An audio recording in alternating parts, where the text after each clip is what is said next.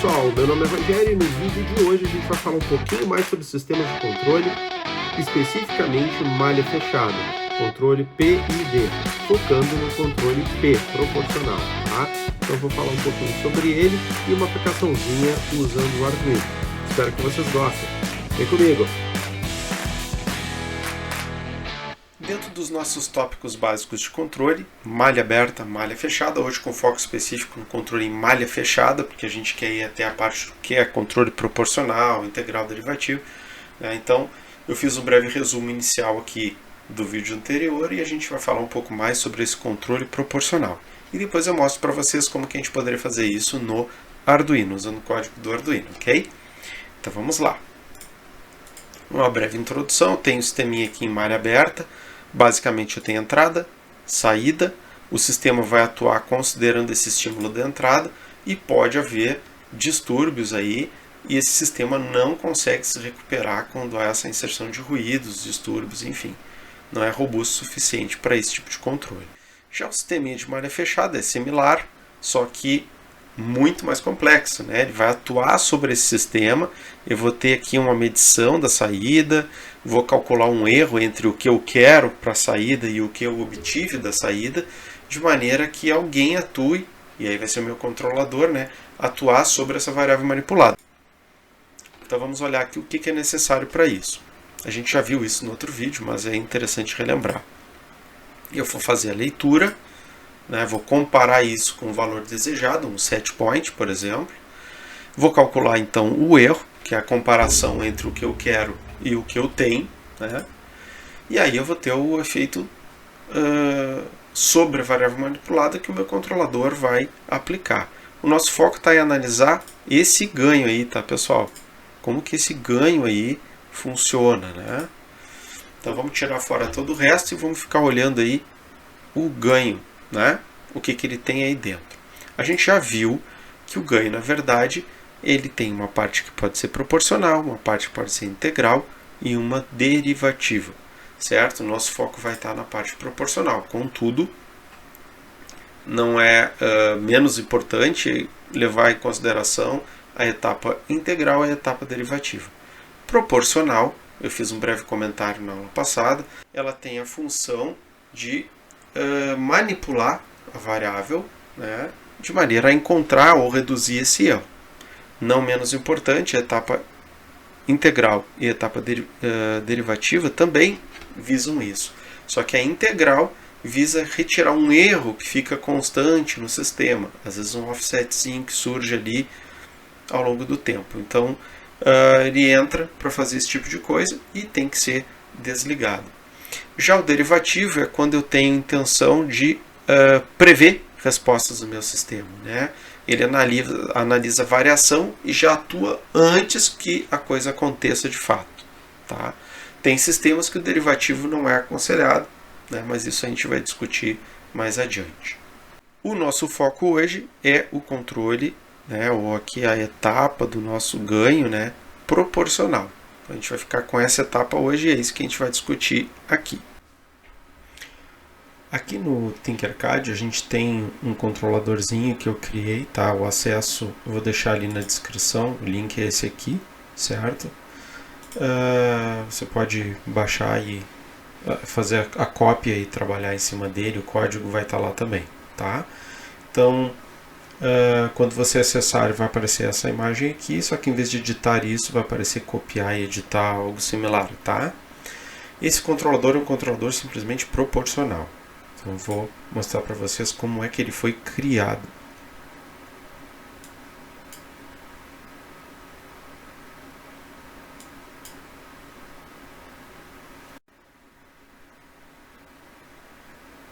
Então, aqui pessoal, eu tenho um código, onde eu vou visualizar e vou comentar ele com vocês. E aqui a aplicação. Eu vou iniciar pela aplicação, depois eu explico como o código está funcionando, tá? Vou inicializar aqui. Basicamente o que eu tenho é um sensor de temperatura, aqui é a entrada do set point e aqui é a saída do sistema. Então de 0 a 5 volts, certo? Isso aqui vai para um atuador, tá? Onde 5 volts seria a velocidade máxima de um ventilador, por exemplo, 0 volts, o motor está desligado. Tá? Aqui na serial eu consigo observar os valores, né, porque não tem nenhum display, nada. Então eu organizei assim, aqui o set point, temperatura do set point, né, o valor que eu defini, que eu quero para o meu sistema.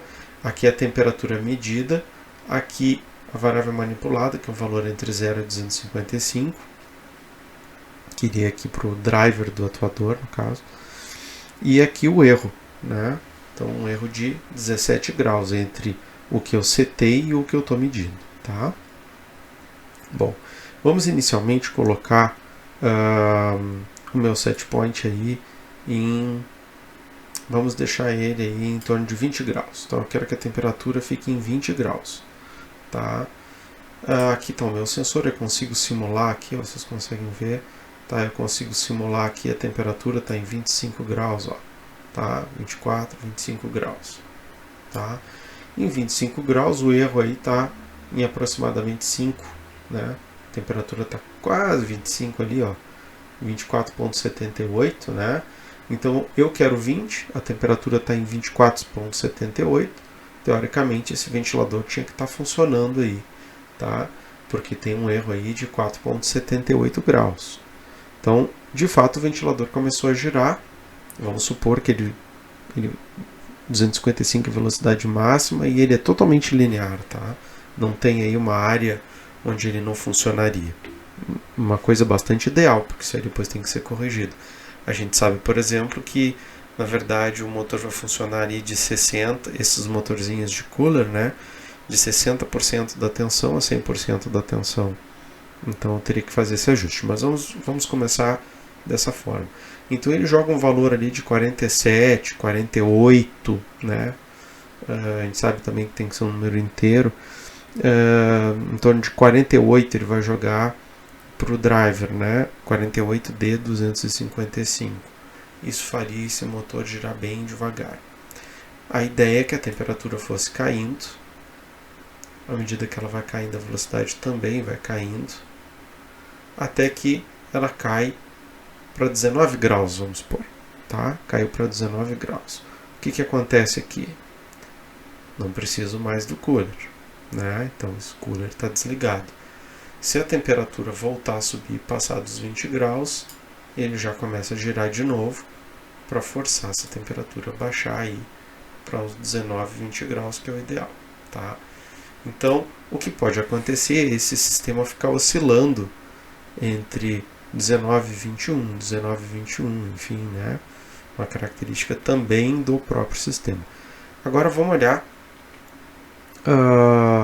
como que esse código funciona. Então vou parar aqui a simulação e a gente vai dar uma olhadinha no código. O funcionamento do programa é bastante simples, pessoal. Eu já vou direto para a rotina aqui loop, tá? Para a função loop. Então eu faço a leitura do set point. Essa aqui é para fazer a leitura do set point. Aqui é para fazer a leitura da temperatura.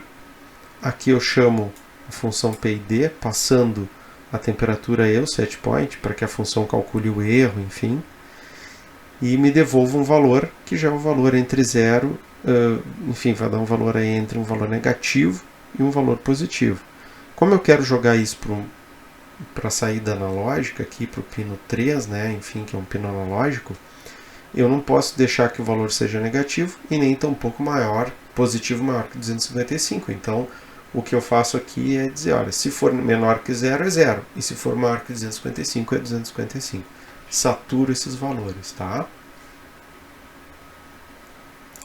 Aqui, pessoal, eu vou jogar lá para o driver, onde vai estar o meu, sei lá, o meu motor, enfim, que vai ser controlado pela saída do PWM.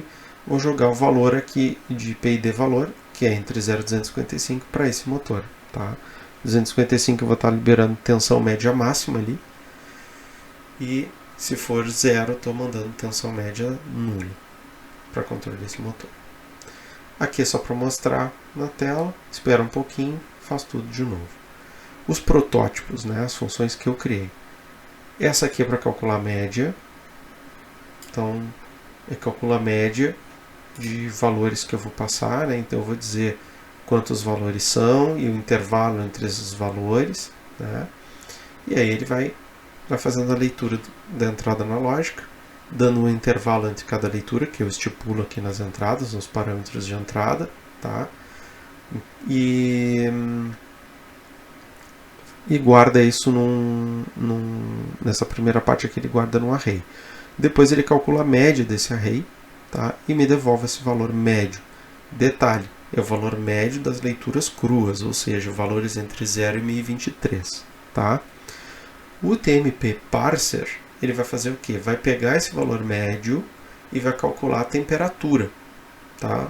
Porque esse TMP36, esse sensorzinho aqui, ele tem peculiaridade de funcionamento. Ele trabalha com temperaturas negativas até temperaturas positivas. Vai de menos 40 a mais 125. Então, precisa fazer esse processo aqui para converter direitinho, né? Onde 1023 é 5 volts e tal. Enfim, para que eu tenha as temperaturas corretas da conversão. Então, ele vai trabalhar sobre o valor médio. Eu não vou fazer a média das leituras para diminuir a quantidade de conta, na verdade, tá? Então, ele vai fazer uma única conta aqui e aqui o valor médio. Se isso aqui tivesse aqui dentro, eu ia fazer várias contas por leitura. Então, a ideia é sempre reduzir o máximo as contas, deixar o sistema mais ágil, mais rápido. E aqui, essa função aqui é que chama as outras duas, tá? Chama a função média, faz a conversão do valor médio para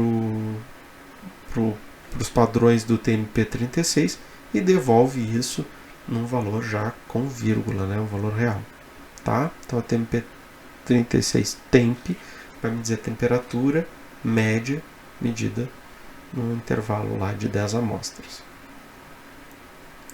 Aqui a S-Point Input é similar, tá? Só que ele faz a leitura do potenciômetro e mapeia entre 0 e 1023, equivale aqui a um limite inferior e um limite superior. Tá? Eu multiplico por 10, divido por 10 depois, para fazer, na verdade, o ajuste para uma casa depois da vírgula. Só para ficar um pouquinho mais preciso, senão as temperaturas aqui teriam diferença de 1 grau entre uma e outra no set point. E vai que a pessoa quer ali, por exemplo, eu quero uma temperatura de 22,4 graus. Sei lá para quê, mas vamos que queira, né? E aqui a minha função PID, tá? Que é a função que aplica, então, que faz o cálculo e devolve o valor PID. Como é que ela funciona?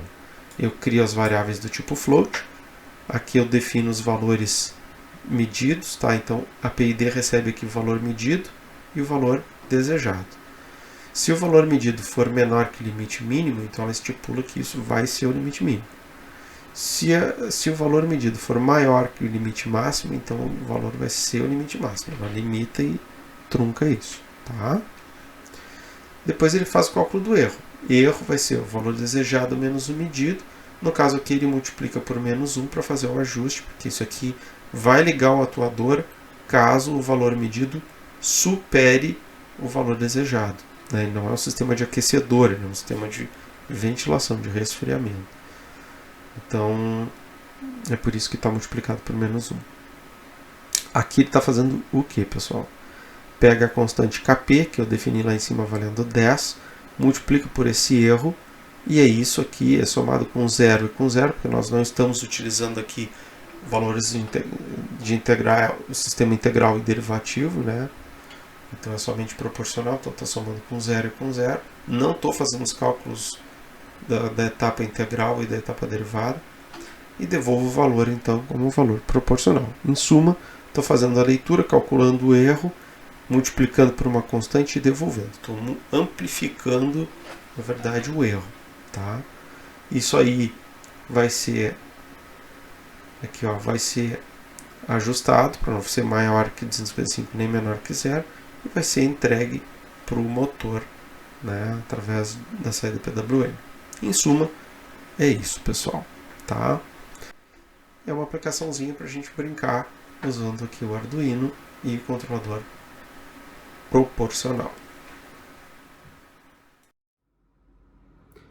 Então é isso, pessoal. Nesse segundo vídeo a gente fez uma breve revisão aí de malha aberta, malha fechada, focamos aí no controle proporcional, aplicamos isso com o Arduino E na sequência a gente vai falar um pouquinho mais sobre o integral e o derivativo.